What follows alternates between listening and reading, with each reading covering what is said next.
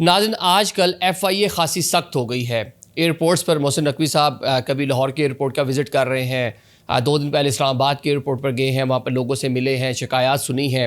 FIA immigration के जो लोग हैं उनको कुछ हदायत दी हैं, साथ में पैसेंजर्स को रोक के उनसे भी मसाइल जो दरियाफ़्त किए हैं। जनाब, आपको बाहर जाने से रोका जा रहा है, इल्लीगल जो डॉक्यूमेंट्स हैं आपके ख़िलाफ़ कार्रवाइयाँ हो रही हैं, लेकिन ये सब मुसाफिरों के ख़िलाफ़ कार्रवाइयाँ नहीं है। कार्रवाइयाँ अब जो है FIA के अपने अंदर भी जो इंटरनल अकाउंटेबिलिटी है वो ख़ासी सख्त कर दी गई है।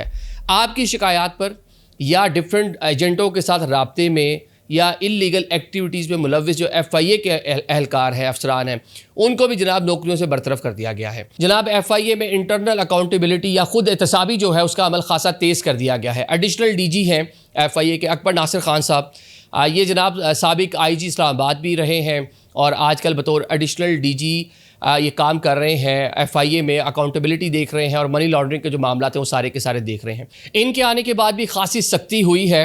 अगर हम बात कर लें, सबसे पहले एक यूनान का कश्ती हादसा हुआ था 2023 में।